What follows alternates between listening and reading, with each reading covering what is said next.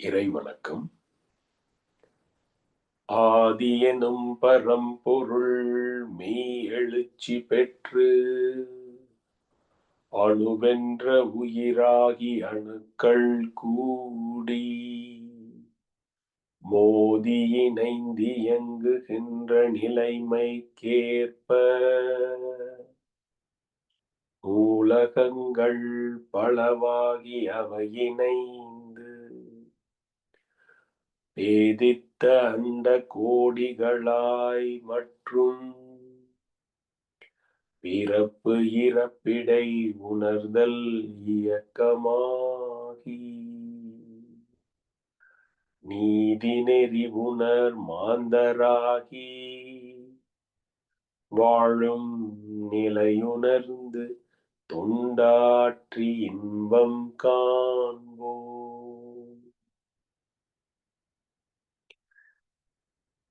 குரு வணக்கம் பாடு அருள்நிதி சிவசங்கரி அம்மா அவர்களே உங்களுடன் அழைத்து. குரு வணக்கம். அண்டமதில் உருவெடுத்து அறிவை பெற்று அவ்வறிவு ஒன்று முதல் ஆறதாகி கொண்ட மேலாம் இவ்வுருவில் குறிப்பில்லாமல் கோடான கோடி எண்ணி அனுபவித்து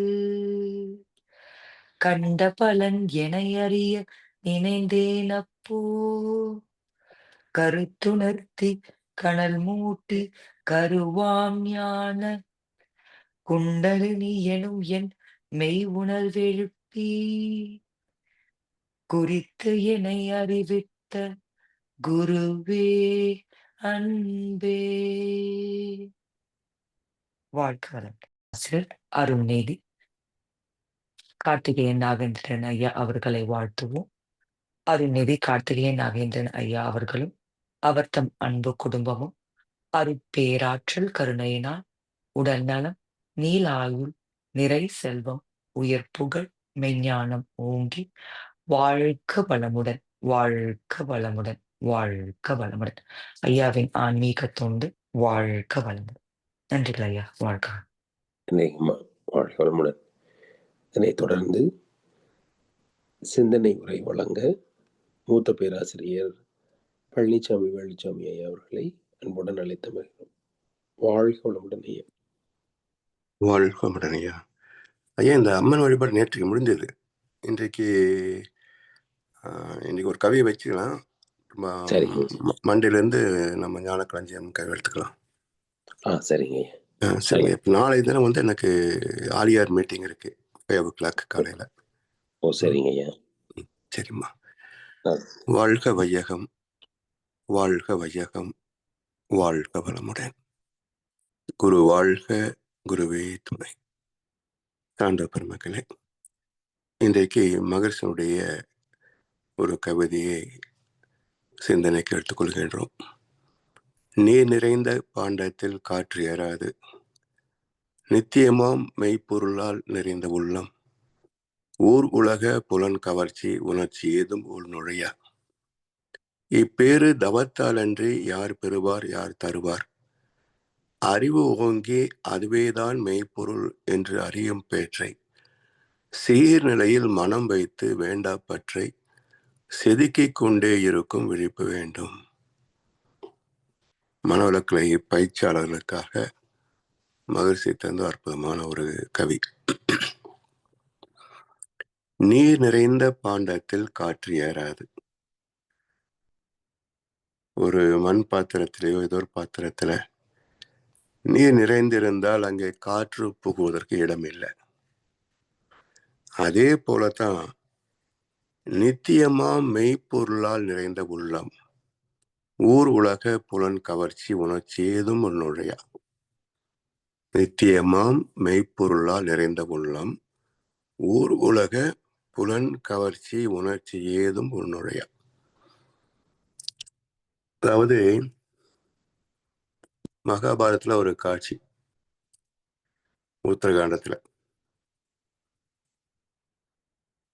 ராமன் அசுமதி யாகம் செஞ்சு சக்கரவர்த்தி நிகழ்ச்சி நடத்துவாங்க. அந்த விழாவுக்கு ஒரு இரட்டையர் குழந்தைகளுடைய நிகழ்ச்சி ஏற்பாடு பண்றாங்க. அந்த குழந்தைங்க வந்து ராமகாவியத்தை ரொம்ப அருமையா பாடுவாங்க. அப்ப யார் இவர்கள் அப்படின்ற கேள்வி வருகின்ற போது, யாரோ ஒரு பெண் சீதை அப்படின்னு ஒரு சொல்றாங்க. சரி, அவங்க ரொம்ப சிறப்பா பாடினாங்கன்னு சொல்லி அவனுக்கு வெகுமதி கொடுக்கலாம் அப்படின்ட்டு அந்த காலத்து பழக்கம். தங்கம், வைர நகைகள் எல்லாம் தட்டில் வச்சு கொடுப்பாங்க இல்லையா? அது போல வச்சு இந்த குழந்தைகளை கூப்பிட்டு கொடுக்குறாங்க. அப்ப அந்த குழந்தைகள் சொல்லுவாங்க, இதெல்லாம் ரொம்ப மதிப்பு மிக்கவை என்று நீங்க நினைக்கிறீங்க. ஆனா ஆசிரமவாசிகளாக்கிய நாங்களும் இதை துச்சம் என மதிக்கிறோம். எனவே அதை நீங்களே வைத்துக் கொள்ளுங்கள், நாங்கள் நிறைவாக இருக்கிறோம் என்று அந்த குழந்தைகள் சொல்வத அந்த குறிப்பு வருது. அப்போ பொருள், புகழ், செல்வாக்கு உள்ள வராம இருக்கணும்னு சொன்னா, இப்படி வால்மீகி மகரிஷி லவகுசன் குழந்தைகளை வளர்த்தார்களோ, அது போல மகரிஷி ஒரு திட்டம் வச்சிருக்கார். பாரினிலே குழந்தைகளை அறிஞர்கள் வளர்க்கும் திட்டம்னு வச்சிருக்காரு. அம்மா அப்பா வளர்த்தா திருவாத்தானத்தான் இருக்கும். நான் பார்க்கிறேமே, எல்லாம் உணர்ச்சி பிம்பங்களாகத்தான் இருக்கும். அறிவறிந்த சான்றோர் பெருமக்கள் வளர்த்தால் அந்த குழந்தைகள் இது போல ஒரு நிறை மனம் கொண்ட குழந்தைகளாக வளர்வார்கள். அப்படி ஊர் உலக புலன் கவர்ச்சி, பொருள், புகழ், செல்வாக்கு, புல இன்பங்கள் இதெல்லாம் உள்ள வருவதற்கே வாய்ப்பு இருக்காது. அப்ப பக்குவத்தால் மனம் நிறைய வேண்டும். சரி, இது யார் கொடுப்பாங்க? ராமனுக்கு பிறந்த குழந்தைகளுக்கே ராமன் வளர்க்கல, சீதை வளர்க்கல, அங்க ஆசிரமத்துலதான் வளர்றாங்க. அப்ப அந்த காலத்திலேயே அறிஞர்கள் குழந்தைகளை வளர்க்கணும் என்ற திட்டத்தை வச்சிருந்திருக்கிறாங்க. இதே இந்த காலத்திற்கு மீண்டும் அதே ஒரு பக்கம் வந்தாதான் இது இயல்பில் வருமே தவிர யார் இதை கொடுக்க முடியும்? இன்றைய சமுதாயத்துல இந்த பக்குவத்தை எங்கே யார் தர முடியும்? யார் பெற்றார்கள்? மகிழ்ச்சியிடத்திலிருந்து மகிழ்ச்சி நேரம் நமக்கு தர முடிந்ததா? பயிற்சி செய்யுங்க, நீங்க அந்த இடத்தை அடையலாம். அப்போ எனக்காக நீ அழுதால் இயற்கையில் நடக்கும், எனக்காக உணவு உண்ண எப்படி நடக்கும்? நமக்கென்று பூமியிலே கடமைகள் உண்டு, அதை நமக்காக நம் கையால் செய்வது நன்று.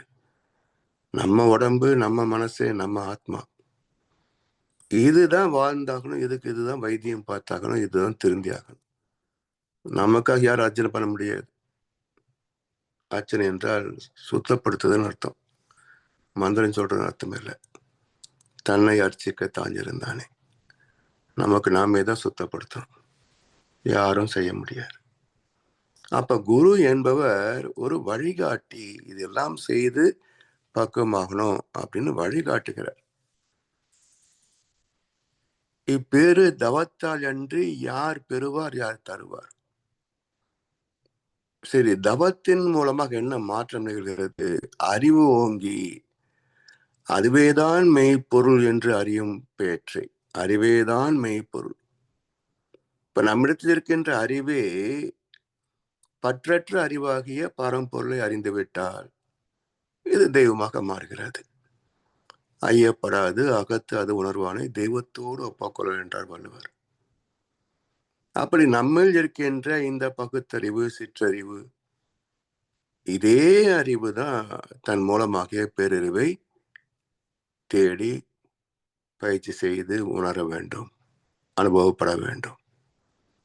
எனவே அறிவு ஓங்கி அறிவேதான் மெய்ப்பொருள் என்று அறியும் பேற்றை எப்படி பெறுவது? சீர்நிலையில் மனம் வைத்து வேண்டா பற்றி செதுக்கிக் கொண்டே இருக்கும் விழிப்பு வேண்டும். சீர்நிலையில் மனம் வைத்து, சீர் என்றால் தெய்வ நீதி, இயற்கை சட்டம். செயல் விளைவு விதி என்று அர்த்தம். சீர் என்றால் இப்படித்தான் வாழ வேண்டும், சீர்மை மிகு என்று சொல்லுவோமே. அப்படி இயற்கை விதியோடு தெய்வ நீதியோடு இணைந்து வாழ்கின்ற அறிவின் பக்குவமே சீர். அப்ப சீர்நிலையில் மனம் வைத்து, சீராக மனம் வைத்துல, சீர்நிலையில் மனம் வைத்து. அப்ப குரு தந்த விளக்கத்தின் மூலமாக இதை நினைவிலே கொண்டு பயிற்சிகளை செய்ய வேண்டும். சீர்நிலையில் மனம் வைத்து வேண்டாத பற்றுகளை செதுக்கிக் கொண்டே இருக்கும் விழிப்பு வேண்டும்.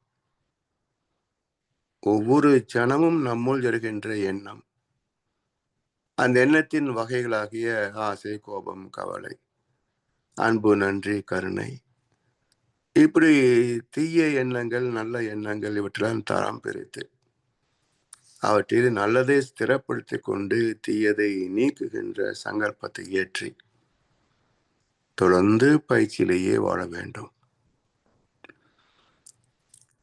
அந்த வேண்டாத பற்றுகளை செதுக்குகின்ற அந்த பயிற்சிக்கு தான் அகத்தாய்வு என்று பெயர். இதெல்லாம் வேண்டாத பற்று, தீய எண்ணங்கள், தேவையில்லாத ஆசைகள், கோபங்கள், கவலைகள், பாவ பதிவுகள், இதெல்லாம் வேண்டாதது. அப்ப அவற்றெல்லாம் ஆராய்ந்து பயிற்சி செய்ய வேண்டும். இதுவரைக்கும் வாழ்ந்த வாழ்க்கை ஒரு பயிற்சி. ஒரு பழைய திரைப்பாடு வரும், சிற்பி செதுக்காத பொற்சிலையே, இந்த சித்தத்தை நீ அறிவாயோ என்று ஒரு 2 வரி வரும். அப்ப அற்புதமான மனசு, அறிவு தான். ஆனா செதுக்கப்படாத ஒரு பாறையாக இருக்கிறது. பாறையின் இயல்பு என்ன? அப்படியே சோம்பேறித்தனமா கிடக்கும். நிலை தவறினால் கீழ் நோக்கியே உருளும். இதுதானே பாறையின் இயல்பு.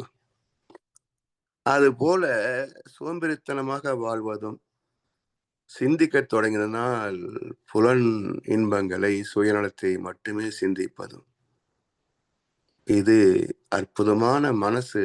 ஆனா செதுக்கப்படவில்லை. அப்படி செதுக்கினால் என் சித்தத்தை நீ அறிவாயோ. சித்தம் என்றால் நம்முடைய ஆத்மா. சித் என்பது உயிர், சித் அம் என்பது காந்தம். அப்ப உயிரும் காந்தலும் சேர்ந்த கருமையம், அதிலே உள்ள அனுபவ பதிவுகள். அப்ப இதை எப்போ அறிய முடியும்?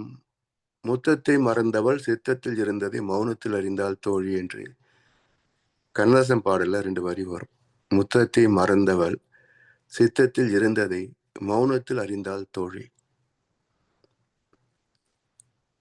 இந்த புலன் கவர்ச்சியில் இருக்கிறது. அந்த கவர்ச்சியை மறந்து விட்டால் சித்தத்தில் இருக்கின்ற தெய்வத்தை மௌனத்தில் அறியலாம். ஏன்னா அது மௌனமா தானே இருக்கு. அப்ப மௌனத்தை மௌனத்தால் தான் அறிய முடியும். பாம்பின் கால் பாம்பறியும். இப்படி நம் மனத்தில் இருக்கின்ற தேவையில்லாத பரம்பரை பதிவுகள் இன்றைக்கும் சமுதாயத்தின் தாக்கம். இன்றைக்கு ஏன் இவ்வளவு கடினமான ஒரு ஆன்மீக பயணம் என்றால், இதற்கான சூழல் இல்லை. இங்க அறம் சார்ந்த வாழ்க்கைக்கான சூழல் இந்த உலகத்தில் இல்லை. அதுவும் குறிப்பா சில நாடுகள்ல இல்லை.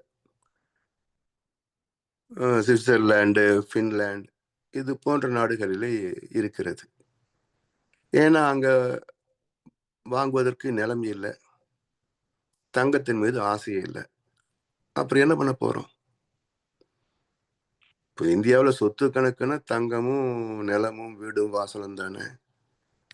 அது சின்ன குட்டி நாடுகள், அங்க வாங்குறதுக்கு இடம் இல்லை, தங்கத்தின் மீது மக்களுக்கு ஆர்வம் இல்லை. அப்போ பணத்தை வச்சு எங்க சேர்க்கறது, எதை சேர்க்கறது? அப்போ ஆசை குறைகின்ற போது நிறைய மனமாகி விடுகிறது. ஏதோ சுவிட்சர்லாந்து $7,000 ஏதோ இன்சென்டிவா இன்க்ரிமெண்ட்டை கொடுக்குற போது எங்களுக்கு வேண்டாம், அதை வச்சுட்டு என்ன பண்ண போறோம்னு சொல்லி மக்கள் அதை மறுத்ததாக ஒரு செய்தியை நான் பார்த்தேன். இந்தியாவில் மறுப்பார்களா? இல்லை இங்கே தான் மறுப்பாங்களா? எனவே அது இன்வெஸ்ட்மெண்ட்டுக்கான தேவை, ஆப்பர்ச்சுனிட்டி இருந்தால்தான் ஆசைகள் வளருமே தவிர அந்த வாய்ப்பே இல்லை, மனதில் ஆசையே இல்லை என்றால் அங்க சொத்து சேர்ப்பது என்பதே ஒரு வெறுப்பான விஷயமா தான் இருக்கு. பின்லாண்ட்லாம் சைக்கிள்ல போறோம்னு கௌரவமா பார்ப்பாங்க. யாரோ கார்ல போனா நீ காற்று மண்டலத்தை மாசுபடுத்துகிறாய் என்று அவனை வெறுப்பார்களாம். ஆனா இந்தியாவில் கார் இருந்தா தானே கௌரவம்னு சொல்லி பல நடுத்தர குடும்பங்களை ஒரு கார் வாங்கி கவர் போட்டு வீட்டில் நிறுத்திடுவாங்க. மாசத்துக்கு ஒரு நாள் கூட எடுக்க மாட்டாங்க. எங்க வீட்லயும் கார் இருக்குன்னு பார்க்கிறோமில்ல. எனவே இதெல்லாம் தேவையற்றது என்று ஒரு நாடு இருக்கு இல்லையா? அப்ப நமக்கு வியப்பா இருக்கு. பரவாயில்ல, இப்படி கூட மக்கள் இருக்கிறாங்க. அப்ப எந்த பக்குவம் எல்லா நாடுகளுக்கும் பரவலாகி உலக மக்கள் அனைவரும் அந்த பக்குவத்தை பெற்றுவிட்டால் இந்த உலகமே சொர்க்குலகமாக தான் இருக்கும். இருப்பது எல்லாம் பொதில் வைத்தாலே எடுப்பவர் யாரும் இல்லை. பதுக்குற வேலையும் இருக்காது, ஒதுக்குற வேலையும் இருக்காது. அந்த ஒரு பரந்த மனம் எங்க இருக்குங்க? அது செதுக்கித்தான் கொண்டு வரணும். அப்போ சீர்நிலையில் மனம் வைத்து வேண்டாத பற்றுகளை செதுக்கிக் கொண்டே இருக்கும் விழிப்பு வேண்டும். அதாவது பகவத்கீதையில வெளியில உள்ளதை வெளியில வை, வெட்டிக்கு சுமக்காதே என்று ஒரு ஸ்லோகம் இருக்கு.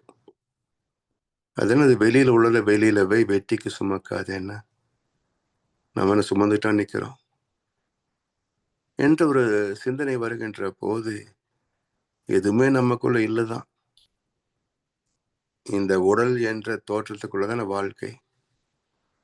அப்போ உச்சி முடியிலிருந்து பாதம் வரைக்கும் கவனிச்சு பார்த்தோம்னா 7 தாதுக்களாலான உறுப்புகள், உயிர், மனசு, அறிவு, அனுபவங்கள், வேற என்ன இருக்கீங்க? ஆனா ஏன் வீடு, ஏன் மனைவி, ஏன் குடும்பம், ஏன் சொத்து கணக்கு, ஏன் பேங்க் பேலன்ஸு, என்னுடைய பதவி, அங்க ப்ரமோஷன், இதெல்லாம் எங்க இருக்குங்க? எல்லாம் இந்த உடம்புக்கு வெளியே தான் இருக்குது. நம்ம அந்த உடம்புக்கு வெளியே இருப்பதை நாம் மூளையில சுமந்து கொண்டிருக்கின்றோம். ஒரு ஜெராக்ஸ் காப்பி எடுத்து அத்தனையும் ஃபைல் பண்ணி சுமந்து கொண்டு ஐயோ தாங்க முடியலையேன்றோம். தூக்கி வெளியே போடு, வெளியில் உள்ளது வெளியில போடு, எதுக்கு வெட்டிக்கு சுமக்கணும் என்று இந்த ஊர் உலக புலன் கவர்ச்சி, உணர்ச்சி இதெல்லாம் தூக்கி வெளியே போட்டோம் வச்சுக்கோங்க. உள்ளே இருப்பது 7 தாதுக்களால் ஆன உறுப்புகள், உயிர், மனம், அறிவு, அனுபவங்கள், வேற ஒன்றும் இல்லை. ஸோ இதைத்தான் எம்டி கப், காலி கோப்பை என்று ஓஷோ சொல்லுவார். அப்போ கோப்பையை காலி செய்து விட்டால் அங்கே உள்ள ஒன்றும் இருக்காது. ஊற்றிக்கிட்டே இருந்தால் கீழே வழிஞ்சுதான் போகும், அதுவும் பயனில்லை. அப்போ இந்த டீ கப்புக்குள்ளேயே இத்தனை விஷயம் வச்சிருக்கோம். ஒரு ஜென் மாஸ்டர் சொல்லுவாராம், ஒருத்தன் எனக்கு ஞானம் பெறணும், போதனை செய்யுங்கன்னு வந்தான். இவர் சரி அப்படின்னு உட்கார் அப்படின்னு அவன் நான் இது வரைக்கும் அதை பண்ணியிருக்கேன், இதை பண்ணியிருக்கேன், அதை படிச்சிருக்கேன், அதை ப்ராக்டிஸ் பண்ணியிருக்கேன், அந்த அனுபவம் வந்திருக்கு, இந்த அனுபவம் வந்திருக்கு அப்படின்னு பேசிட்டே போக போக அந்த ஜென் மாஸ்டர் என்ன பண்ணினாரு, ஒரு டீ கப் எடுத்தார்.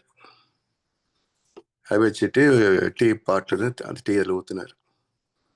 அவனும் பார்த்துக்கிட்டே அவனுடைய கதை அளந்துட்டு இருக்கிறான். இவரும் ஊற்றிக்கிட்டே இருக்கிறாரு. கப்பு நிறைஞ்சு போச்சு, வழியுது. அவன் பேசிட்டே இருந்தவன் என்னடா இவர் கவனிக்கலன்னு சொல்லி, கப்பு நிறைஞ்சு போச்சுங்க, டீ நிறுத்துங்க அப்படின்னாங்க. அப்படியா, நீ அப்படித்தான் இருக்கிற, நிறைஞ்ச கப்பு மாதிரி. இதுக்கு மேலே நான் வேறு ஊற்றுனேன்னு வழிதான் போகும்.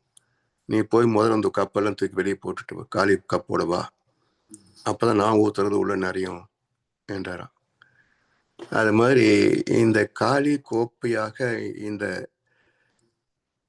மனதை, அறிவை, அனுபவங்களை மாற்றணும். அப்போ அதுக்கு என்ன வேணும்? தெளிந்த அறிவு. இதுதான் வாழ்க்கை, இதுதான் பயணம், வேற ஒன்றும் இல்லை. நாம் வாழ்ந்ததை யாரும் சரித்திரம் எழுத போறதில்லை. நம்ம என்ன சாதிச்சாலும், எவ்வளவு சேர்த்து வச்சாலும் யாரும் சரித்திரம் எழுத மாட்டாங்க. சரி, நானே எழுதி வச்சா யாருக்காவது யூஸ் ஆகுமே எழுதி வச்சா யாரும் படிக்கவும் மாட்டாங்க. ஸோ ஒரு அடையாளம் இல்லாத ஒரு வாழ்க்கையை நம்முடையது, அவ்வளவுதான். இது ஏதோ ஒரு மைல் ஸ்டோன் கிரியேட் பண்ணணும்னு நினைக்கிறோம். இதுக்கு முன்னாடி நிறைய பேர் நட்டு வச்சுட்டாங்க. நாம ஒன்றும் புதுசாக நட வேண்டியது இல்லை. அப்போ இந்த வாழ்க்கை ஒன்றும் இல்லாத ஒரு வெற்று கோப்பை. இது ஒரு வெங்காயம் அப்படிம்பாங்க. வெங்காயம் சொன்னார், எதுக்கு சொன்னார்னு தெரியாது. ஆனா வெங்காயத்திற்குள்ள ஒரு அற்புதமான ஒரு தத்துவம் இருக்குங்க. வெங்காயம் என்பது என்ன? பேசுறோம் இல்லையா, பார்க்குறோம். வெங்காயம் என்பது என்ன? இதுதான் வெங்காயம் காட்டுறோம். சரி, அதில் என்னெல்லாம் இருக்குது? பூமியிலிருந்து முளைத்து வந்த வேர்கள், அந்த சல்லி வேர் கொஞ்சம் இருக்குது. சரி, மேலே சருகு இருக்குது. அப்புறம் இதழ்கள். இந்த இதழ்கள் எல்லாம் பிரித்து போட்டீங்கன்னா கடைசியில் என்ன இருக்குது? ஒன்றும் இல்லை. அப்போ எது வெங்காயம்? இது மாதிரி தான் வாழ்க்கையும் ஒரு வெங்காயம் தான். ஒன்றும் இல்லாத மையத்தை நோக்கிய இதழ்களின் அணிவகுப்பு. ஒன்றும் இல்லாத மையத்தை நோக்கிய இதழ்களின் அணிவகுப்பு. இதுல பொருள், புகழ், செல்வாக்கு, புலன் இன்பங்கள், ஆசா பாசங்கள், கோபதாபங்கள், கவலைகள், வெறுப்புகள், வெற்றி, தோல்வி, மானம், அவமானம், இப்படி ஒவ்வொரு இதழாக பிரித்து பிரித்து போட்டுக்கொண்டே வந்தால் மிச்சம் என்ன? ஒண்ணுமில்லை. இதே போல அகத்தாய்வு என்ற பயிற்சிகள் மூலமாக ஒவ்வொன்றாக நீக்கிக் கொண்டே வந்தால் ஒன்றும் இல்லாத அந்த வெளியை அடையலாம். அப்போ 2 கதையிலையும் வெளிதான், ஒண்ணும் இல்லை. ஆனா ஒன்றுமில்லை என்று தெரியாமல் தேடுகின்ற அறியாமை. இன்னொன்று, ஒன்றும் இல்லாத ஒன்றுதான் அனைத்திற்கும் ஆதாரம். கண்களால் காண முடியாத ஒரு சுத்த வெளிதான் அனைத்திற்கும் ஆதாரம். அந்த வெளியை சூழ்ந்திருப்பது பொருள், புகழ், செல்வாக்கு, புலன் இன்பங்கள், அனுபவங்கள், மனம், உயிர், பகுத்தறிவு. இவற்றெல்லாம் நீக்கிவிட்டால் ஒன்றுமில்லாத வெளியை நான் அடைந்து விடலாம் என்று 2 வகையில் வெங்காயம் அற்புதமான கருத்தை காட்டுகிறது. ஒன்று, இந்த வாழ்க்கை ஒன்றும் இல்லாத சுத்தவெளி மையத்தில் இருக்க சூழ்ந்திருக்கின்ற இந்த உலக பொருட்கள், கவர்ச்சிகள்.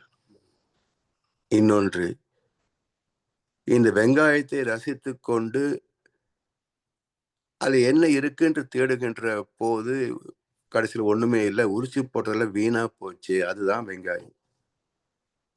எது உரிச்சு உரிச்சு வெளியே போட்டானோ அதுதான் பயன்படக்கூடிய வெங்காய பொருள். அப்ப எல்லாத்தையும் வெளியே போட்டுட்டான், மிச்சம் என்ன இருக்கு? வெங்காயம் வீணா போச்சு, வாழ்க்கை வீணா போச்சு. ஸோ இதெல்லாம் தெரிஞ்ச ஒருத்தர் வெங்காயம் சொன்னாரான்னு தெரியாது. ஏன்னா அப்படி அங்க எங்கேயுமே வெங்காயத்துக்கு விலகன்னு சொல்லலை. அதனால ஏதோ ஒரு வார்த்தை இந்த கிராமப்புறத்தில் பேசுவாங்களே, ஏதாச்சும் போட வெங்காயம் அப்படிம்பாங்களே, அது மாதிரி ஏதோ சொல்லியிருப்பாரு என்னவோ. மற்றபடி இது வெங்காய வாழ்க்கை. இது ஒன்றும் இல்லாத மையத்தை நோக்கி இதழ்களின் அணிவகுப்பு. இதுல என்ன இருக்கு? அதனால லைஃப் இஸ் நத்திங் என்பதை புரிந்து கொண்டோம் என்றால் பற்றுதல் நீங்கி போகும். பற்று நீங்கிவிட்டால் அற்றது பற்று எனில் உற்றது வீடு. பற்றுக பற்று அற்றான் பற்றினை, அப்பற்றை பற்றுக பற்றுவிடற்கு. பற்றி கொள்ள வேண்டிய பரம்பொருளை பற்ற தவறியதால் பற்றி கொண்ட பொருள், புகழ், செல்வாக்கு, புலன் இன்பங்கள் அனைத்தும் பற்றாக்குறையாகவே இருக்கின்றன. ஸோ பற்றி கொள்ள வேண்டிய பரம்பொருளை பற்ற தவறியதால் பற்றி கொண்ட அனைத்தும் பற்றாக்குறையாகவே இருக்கின்றன. எப்ப நிறையும்? நிறையாது. எனவே மனம்தான் நிறைவு, மனம்தான் தேடல். அப்ப இந்த தேடலின் முடிவு என்ன? தேடுங்கள் கிடைக்கும் என்றார் தனக்குள்ளே பெரும் புதையில் இருக்க கண்டோர் என்று மகர்ஷி ஒரு கவியில சொல்வார். தேடுங்கள் கிடைக்கும் என்றார். தனக்குள்ளே பெரும் புதையல் இருக்க கண்டோர். அது என்ன புதையல்? அதுதான் இந்த வாழ்க்கையின் மறுபக்கம். எத்தனை கோடி இன்பம் வைத்தாய் எங்கள் இறைவா என்று அதிசயிக்கின்ற மறுபக்கம். இன்னும் வேற என்ன வேண்டும் இப்பேறு பெற்ற பின்னர் எடுத்த மனித பிறப்பு எய்தெய்தே முழுமை என்று அதிசயிக்கின்ற மறுபக்கம். அந்த மறுபக்கத்தை சந்திக்கின்ற வரைக்கும் இந்த பக்கம் நிறைவு பெறாத அர்த்தம் இல்லாத வெற்றித்தாள்களின் ஒரு பைண்டிங் தான். இது ஒரு வெறும் புத்தகம், வெறும் வேடிக்கை வினோதங்கள் மட்டுமே நிறைந்த ஒரு புத்தகம். இது எந்த தத்துவமும் இல்லை, இதுல எந்த கருத்தும் இல்லை, யாருக்கும் இது பயன்படவும் செய்யாது. எத்தனையோ பேர் வந்து வாழ்ந்து முடிஞ்சு போனாங்க. யாராவது இவர் போர் நம்ம வாழணும்னு நினைக்கிறோமா? திருமணத்தின் போது வல்லோன் வாசுகி போல, வசிஷ்டனுக்கு அருந்ததி போல அப்படின்னு தான் சொல்றாங்களே தவிர,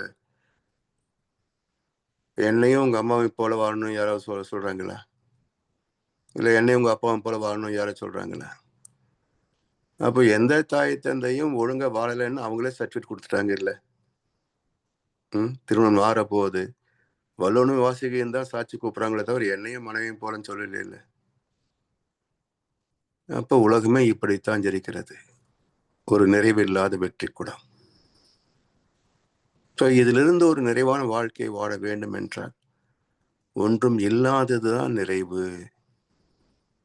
அதுதான் அனைத்திற்கும் ஆதாரம்.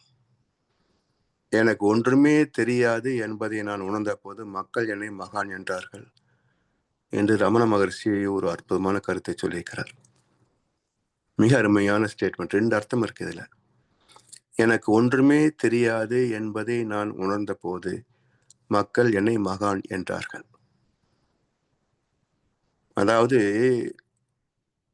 பிறந்து வளர்ந்த அனுபவங்கள், ஆன்மீக தேடல் அனுபவங்கள், ஆன்மீகத்தில் பெற்ற வெற்றி என்ற அனுபவங்கள், பலருக்கு அறிவுரை சொன்ன அனுபவங்கள், இப்படி எல்லாம் நிறைஞ்சிருக்கிற வரைக்கும் அவரை ஏதோ பெரியவர்னு சொல்லலாம், ஒரு குருன்னு சொல்லலாம், வழிகாட்டின்னு சொல்லலாம். ஆனா மகான்னு சொல்ல முடியுமா? இல்ல. அப்ப எப்ப மகான் ஆகிறார்? இதெல்லாம் பிரயோஜனம் இல்லை, வேஸ்ட் என்று எல்லாத்தையும் தூக்கி வெளியில போடுகின்ற போது, நான் என்பது ஒன்றுமே இல்லை, எனக்குள் ஒண்ணுமே இல்லை, அறிவு தூய்மையானது, அது அனுபவங்கள் கலந்த நிலைதான் மனசு, கலங்கப்பட்ட ஆத்மா. எனவே இந்த மனதை கழித்து விட்டால் அறிவு ஒன்றும் இல்லாத தூய்மை பொருள். இப்படி என்னுடைய அனுபவங்கள் எல்லாம் நான் கழித்து எனக்கு ஒன்றுமே தெரியாது, அறிந்தவை அனைத்தும் மறந்து போயின என்ற நிலை வருகின்ற போது ஒன்றும் தெரியாத அந்த சுத்தவெளி உணர்ந்தேன். மக்கள் என்னை மகான் என்றார்கள். அப்ப சுத்தவெளிக்கு ஒன்றும் தெரியாது என்பதைத்தான் சைவ சித்தாந்தத்துல அந்த பிரணவ மந்திர தத்துவம் பிரம்ம சிறையில போட்டார் முருகன். செய்தி சிவபெருமானுக்கு போகுது. முருகனை கூப்பிட்டு கேட்டார், என்ன பிரம்மாவசை ஜெயில போட்டியே, படத்தை நின்று போகுமே. அவர் ஓம் என்ற பிரணவத்துக்கு பொருள் மறந்து போய் ஜீவன்களை படைத்தால் அவர்கள் ஆணவத்துக்கு அடிமையாகி அதர்மத்தில் விழுவார்கள், உலகம் கெட்டு போயிடும். அதை விட படைக்காம சும்மா இருக்கிறது நல்லது என்பதனால்தான் அவர் ஜெயில போட்டேன். சிவன் கேட்டார், அது என்னது ஓம் பிரணவம், அதுக்கு என்ன அர்த்தம்னு கேட்கிறார். உங்களுக்கும் தெரியாதான்றார். எனக்கும் தெரியாதப்பான்றார். உட்காருங்க அப்படின்னு சொல்லி சிவன் காதிலே பிரணவ மந்திரத்தின் பொருளை ஓதியதாக சைவ சித்தாந்தம் கதை சொல்லுது. அப்போ சிவனுக்கு தெரியாதது அப்படின்னா இன்னொரு ஜெயில போகணுமில்ல, நீ பக்கத்து செல்ல போடி அப்படின்னு சொல்லியிருக்கணுமில்ல. ஏன் அவரை மட்டும் உட்கார வச்சு போதனை செய்தார்? இதை ஏன் பிரம்மாவுக்கு செய்யலை? என்றால் பிரம்மம் என்பது யூனிவர்ஸ், இந்த பிரபஞ்சம், பிரம்மலோகம். ஸோ அவருக்கு காந்தத்தை பற்றிய, பிரணவத்தை பற்றிய விளக்கம் தெரியும். அது சுத்தவெளி ஏகாந்தம், காந்தத்தின் ஒரு தன்மையாகிய அழுத்தம் எனும் உந்து ஆற்றல் ஒன்றை கொண்டே. அதுக்கு காந்தத்தை பற்றி தெரியாது. எனவே எனக்கு ஒன்றுமே தெரியாது என்பது சுத்தவெளி. அதுபோல நான் கற்றது அனைத்தையும் நான் மறந்துவிட்ட பிறகு, எனக்கு ஒன்றுமே தெரியாது என்ற நிலைக்கு நான் வந்த பிறகு, ஒன்றுமே தெரியாத அந்த சுத்தவெளியை நான் உணர்ந்தேன். மக்கள் என்னை மகான் என்றார்கள். இப்படி இந்த சீர்நிலையில் மனம் வைத்து வேண்டாத பற்றுகளை செதுக்கி கொண்டே வந்தால் அந்த ஞானம் எப்படி இருக்கும், அனுபவிச்சு பாருங்க என்று அதை நம்ம கையில் விட்டுட்டாரு மகர்ஷி அவர்கள். அப்போ அறிவு ஓங்கி அதுவேதான் மெய்ப்பொருள் என்று அறியும் பேற்றை சீர்நிலையில் மனம் வைத்து வேண்டா பற்றை செதுக்கிக் கொண்டே இருக்கும் விழிப்பு வேண்டும். அந்த அயரா விழிப்புக்கு தவம் வேண்டும்.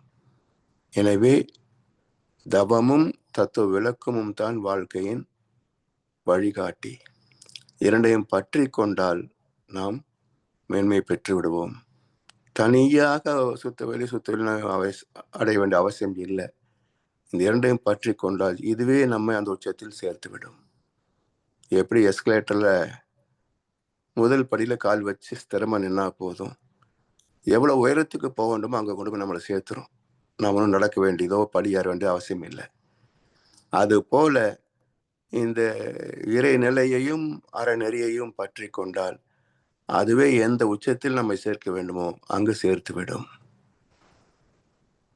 என்று அற்புதமான ஒரு வாழ்க்கை நெறியை நமக்கு மகர்ஷி தந்திருக்கின்றார்கள். பயன் கொள்வோம் என்று சொல்லி வாய்ப்பளித்த அனைவருக்கும் நன்றி பாராட்டி இந்த உரையை நிறைவு செய்கின்றோம். வாழ்களமுடன், வாழ்களமுடன், வாழ்க வையகம். வாழ்க வையகம், வாழ்க வையகம், வாழ்க வளமுடன். இன்று நமக்காக மிகச்சிறந்த முறையில் மகர்ஷியின் ஞான களஞ்சிய கவிக்கு விளக்கம் வழங்கிய நம் ஞானாசிரியர், மூத்த பேராசிரியர் அருள்நிதி பழனிசாமி வேலுச்சாமி ஐயா அவர்களை வாழ்த்துவோம். அருட்பேராற்றல் கருணையினால் அருள்நிதி பழனிசாமி வேலுச்சாமி ஐயா அவர்களும் அவரது அன்பு குடும்பத்தினரும் உடல் நலம், நீலாயுள், நிறை செல்வம், உயர் புகழ், மெய்ஞானம் ஓங்கி வாழ்க வளமுடன். ஐயா அவர்களின் அருட்தொண்டு, ஆன்மீக தொண்டு வாழ்க வளமுடன், வாழ்க வளமுடன், வாழ்க வளமுடன். பாடல்கள் பாடி நிறைவு செய்வோம். பிரம்மஞான கவி பாட அருள்நிதி சிவசங்கரி அம்மா அவர்களையும், உலக நல வாழ்த்து பாட அருள்நிதி ஹேமா மாலினி அம்மா அவர்களையும் அன்புடன் அழைத்து வருகிறோம். வேதாத்திரிய பாடல். போரில்லா நல்லுலகம், பொருள் துறையில் சமநீதி, நேர்மையான நீதிமுறை, நில உலகுக்கோராட்சி, சீர் செய்த பண்பாடு சிந்தனையோர் வழிவாழ்வு, சிறப்புணர்ந்த பெண்மதிப்பு, தெய்வ நீதி வழிவாழ்தல், தேர் திருவிழா தவிர்த்தல், சிறுவர்கட்கே விளையாட்டு, செயல் விளைவு உணர்கல்வி, சீர்காந்த நிலை விளக்கம், பார் முழுதும் உணவு நீர் பொதுவாக்கல், பல மதங்கள் பல கடவுள், பழக்கம் ஒழித்து உண்மை ஒன்றை தேர்ந்திடுதல். வாழ்க வளமுடன். பிரம்மஞான கவி. இறைவெளியே தன்னிருக்க சூழ்ந்தழுத்தும் ஆற்றல், இதன் திணிவு மடிப்பு விழ சுழலும் நுண்விண்ணாம், நிறைவெளியில் விண் சுழல நெருக்குகின்ற உரசல், நிலைவெளியில் எழுப்புகின்ற நேரலைகள் காந்தமாம், மறைபொருளாம் காந்தம் தன் மாத்திரைகள் ஐவகை, மலைக்காதி விண்கூட்டம் மாபூதம் ஐந்துமாம், முறையாய் காந்த அலை மனமாம் உயிர் உடல்களில் மதி உயர்ந்து உண்மை பெற பிரம்ம ஞானமாம் பிரம்ம ஞானமாம். வாழ்க்கை. வாழ்க வளமுடன். உலகமெல்லாம் பருவமழை ஒத்தபடி பெய்யட்டும். உழவரெல்லாம் தானியத்தை உவப்புடனே பெருக்கட்டும். பல தொழில்கள் புரிகின்ற பாட்டாளி உயரட்டும். பகுத்துணர்வில் தொகுத்துணர்வு பண்பாட்டை உயர்த்தட்டும். கலகங்கள் போட்டி பகை கடந்தாட்சி நடக்கட்டும். கள்ளாமை கடன் வறுமை கலங்கங்கள் மறையட்டும். நல வாழ்வை அளிக்கும் மெய் ஞான ஒளி வீசட்டும். நம் கடமை அற வாழ்வில் நாட்டத்தே சிறக்கட்டும். வாழ்க வையகம் வாழ்க வையகம் வாழ்க வளமுடன். நன்றி ஐயா, நன்றி. வாழ்க வளமுடன். நன்றிங்கம்மா. இன்றைய தவத்தில் கலந்து கொண்ட அன்பர்கள், தவத்தை வழிநடத்தியோர், நற்சிந்தனை வழங்கியோர், ஞானாசிரியர்கள், பாடல்கள் பாடிய அன்பர்கள் அனைவரும் வாழ்க வளமுடன். அவர் தம் அன்பு குடும்பம் வாழ்க வளமுடன். அவர் தம் உடல் நலம், மனவளம், பொருள் வளம், அருட்தொண்டு, ஆன்மீக தொண்டு வாழ்க வளமுடன். வாழ்க வளமுடன். வாழ்க வளமுடன். இத்துடன் இன்றைய காலை தவ நிகழ்வு மகிழ்வோடும் நிகழ்வோடும் நிறைவு பெறுகிறது. இறையருளும் குரு அருளும் எப்பொழுதும் நம்மை சூழ்ந்திருந்து இந்த இறைநிலை உணர்பயணத்திலே நம்மை சிறந்த முறையில் வழிநடத்தட்டும் என்று வாழ்த்தி வணங்கி நன்றி கூறி அமைகிறோம். வாழ்க வையகம் வாழ்க வையகம் வாழ்க வளமுடன்.